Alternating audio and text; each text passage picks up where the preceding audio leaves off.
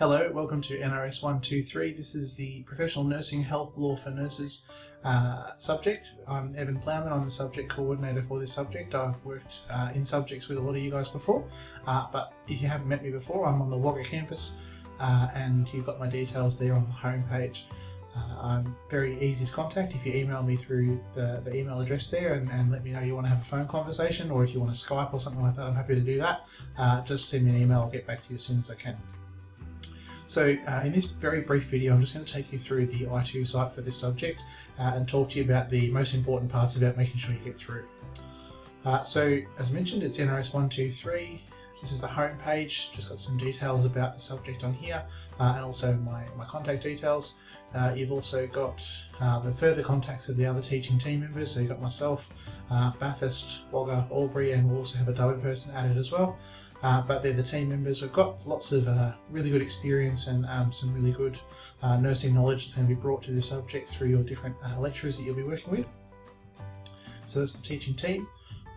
I've also got the announcements tab here that we'll be clicking with you, so it's really important that you're reading the announcements. I talk to lots of students and don't understand how the announcements work, so the announcements are my way of communicating with everybody at once. It's a one-way mechanism of communication, so you don't get to reply. But it's my mechanism of communicating something that's important to all students. So I'll try to send as few announcements as I can, because I know that you get bombarded by lots of different announcements from different people. But when you're seeing the ones that are coming through that I'm putting out, they're going to be directly relevant to everybody. And I'll put at the top of the announcement if it's only relevant to a certain group of people, but it's generally relevant to everybody in the subject. As I mentioned, I'll send out as minimal as I can, but they're really important to read. And you've got a list of all of the announcements that I'll have sent out through the subject. They'll always be available here. So if you've set your I2 site up properly, you'll be able to get those sent to you as an email. So you should get them all coming through email anyway. But if you accidentally delete it, or you just want to come back and look at all the announcements from a particular subject, that's where you'll find them. So they're really important to read. And not knowing the information in the announcements won't be a particularly good reason for grounds for special consideration or anything down the track, because anything I've told you through the announcement is me telling you. I can't tell you any other way other than put them through the announcement. So it's important that you're kept up to date with current information about what's going on with the subject. The way you do communicate backwards and forwards, the asynchronous discussions that we have are the discussion boards here. So we've got a discussion board for introductions. It'd be great if everyone can jump on and say hello with that. Then we've got a thread for each of the assessment items, so I'll jump on and answer those questions for you. They tend to be the most active threads. And then we've got one for subject content, so as we go through week by week, you'll find there'll be questions that will come up in the tutorials or stuff when you're reading the textbook. Whatever you want to know that you're not sure about that doesn't necessarily apply to any of the assessment items, there's a thread just for that to talk to me about the law subject. And then there's questions that don't really seem to fit into any of those things, and if you want to ask those, I've got a thread just for that as well. So there are discussion forums. We've also got the learning modules. They're all open already, so you can go through those. There's an orientation module to show you how to use the rest, and then there's each of the modules that are specified in the subject outline I'll take you through in a moment. So all the modules are open.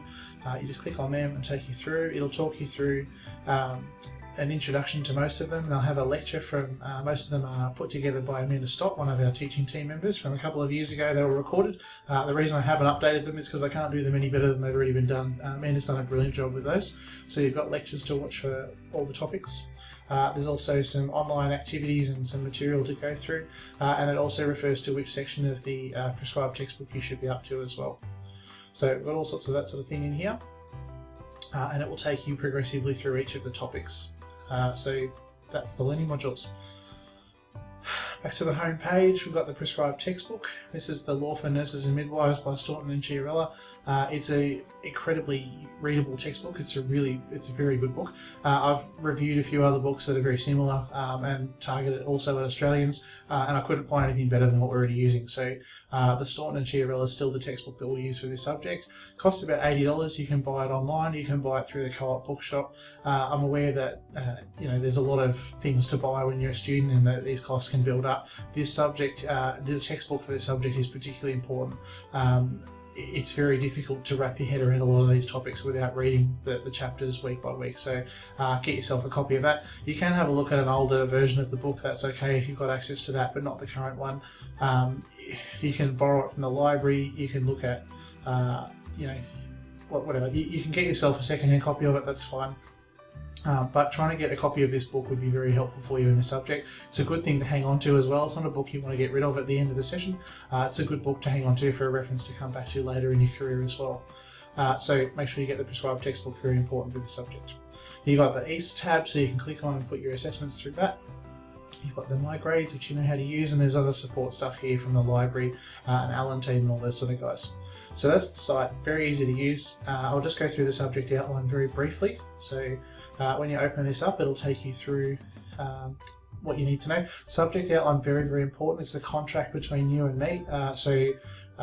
Myself being representative of the university and the teaching team, and then you as the consumer or customer trying to use this service, it's important you've read the fine print in the contract. This talks you through what you need to pass the subject and what you can fail the subject for, talks you through how to communicate with us, talks you through what your rights and responsibilities are. It's a really important document to read through carefully. So make sure you do that before the subject starts, or at least before census date, to make sure that you're in the right place. Some details about myself as a subject coordinator. There's some information about the subject to have a read through. The learning outcomes are really important, so I'll briefly go through these with you. You're always asked at the end of session, were you told about the learning outcomes? And a lot of students still say no, and I tell you every session, but here we go. So to identify and explain how specific legislation applies to nursing practice across a range of contexts. So that's looking at the way law and legal, so common law and legislation applies to how we do our job, and that's going to be one of the first things we look at in our assignment. Be able to identify the legal implications of nursing interventions. So when you go to do assessments and interventions like medications and fluids and things, what are the legal aspects of doing that? Be able to explain the importance of complying with legislation and common law, what happens to you if you don't. Be able to recognise and respond appropriately to unsafe or unprofessional practice. So that's not talking about committing unsafe or unprofessional practice, and this is an important point that I'll talk to you more about in your assignment, but this is about being a witness, being someone that's present when someone else does something unsafe or unprofessional. So being able to understand what that is and what you're supposed to do about it. To be able to apply the nursing code of conduct and code of ethics to the nursing practice at the level of a beginning registered nurse. So what you'll do as a transitional RM will be preparing you for that, and to be able to explain the scope of practice for a student and a registered nurse. And a scope of practice is something that the last year's cohort really struggled with, so we've got lots of activities on that, and we'll generate a lot of discussion about that before your second major written paper, because it's an important concept to get your head around. In the subject outline, we go through all the different content, so there's week 1, module 1 sort of thing.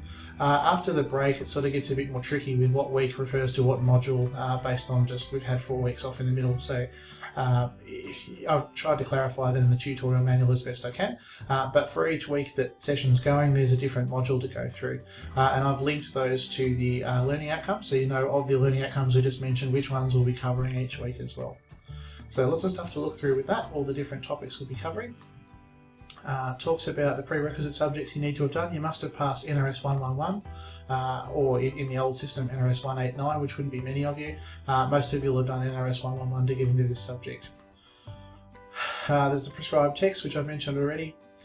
There's information about the tutorials and things. Now, for on-campus students, there is 1 tutorial per week for 2 hours, and it happens for 10 weeks. So that's pretty straightforward. You've got 10 tutes of 2 hours each. You need to attend at least 80% of those to pass the subject. If you're missing any of those, it's a good idea to email your local lecturer with a medical certificate or something equivalent, because, for example, you might miss 1 or 2 early in the session and then miss a 3rd or 4th one down the track, and you need medical certificates to cover a less than 80% attendance. So it's a good practice to get into, to just flick an email to your local lecturer to say, look, I've missed my first tutorial, here's a medical certificate, so you've got evidence for things if you need it down the track. You need to attend, if you attend 80%, at least 8 tutorials, you actually don't need to submit anything to us, that's fine. I do recommend you go in and look at the online modules, and to look at the online tutorial for that week, because we'll be recording one of those. So we'll go through the exact same activities in the online space. It makes sense to do that.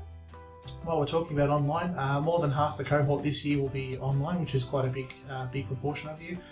For those of you that are on campus and thinking about maybe being online, it's worth knowing that there is no residential school for this subject. One of the draw cards of being an online student is that you have to come to residential school for a lot of different subjects, and that might mean travelling to Wagga or somewhere else for several days. In this subject, that doesn't happen at all. So there is no residential school. Online students have online tutorials, same thing. We've got 10 tutorials of 2 hours per week, and they're optional for online students. So if you're thinking, oh, I don't know that I'll be able to get to all my classes, do yourself a favour, change yourself to an online student and do that. Also very happy for on-campus students to change to online and do the online mode, and I can talk you through how to do that. And then still attend on-campus classes, that's fine too. That would mean that you can sort of have the best of both worlds. You can attend classes or not, depending on your availability or what you want to do with your study. But either way, it's important to be progressing through the content each week. Doing none of those things, even as an online student, is not a good idea. You'll get to the end and panic quite a bit about the exam because it is going to be challenging. So it's important that you're getting through the modules each week. So that's the schedule, talking us through what we'll be doing with the dates involved. Talks to you about the mid-session break. We've got the assessment items identified here. So we've got an early assessment item in this subject called a journal article submission. That's due on the 6th of August. And then you've got an assessment task due in the mid-session break, which is called a case analysis, due on the 10th of September. And then you'll have a final examination. I don't know when the date of that will be. I will communicate that with you as soon as I can, and your exam centre will talk to you about it too. So I will communicate that date once we know it. But for the time being, it will be in that 2-week period, the exam for the subject. So there's 3 assessment items. There's more information about each of those assessments as you scroll down. There's recommended student time commitment, as I mentioned. There's 10 weeks of 2-hour tutorials. There's also a certain amount of self-directed learning, getting ready for your assignment that we're expecting you to do. It's really important at this point in the session that you're thinking, am I ready to be doing this subject?